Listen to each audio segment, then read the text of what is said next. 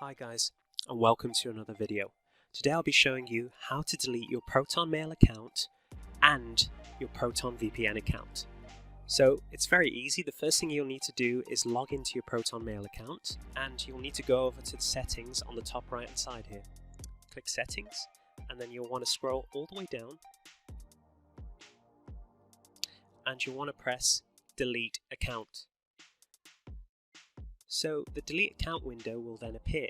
Now ProtonMail will give you two warnings. The first warning is that all services associated with this ProtonMail account will be deleted, such as ProtonVPN.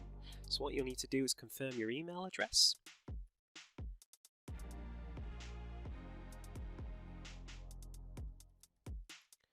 And you'll need to enter your ProtonMail's password. And click delete.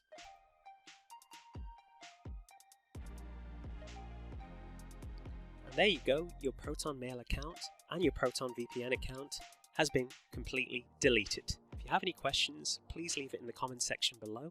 If you liked the video and it was helpful, please give it a like, subscribe to me for more videos, and I'll see you on the next one.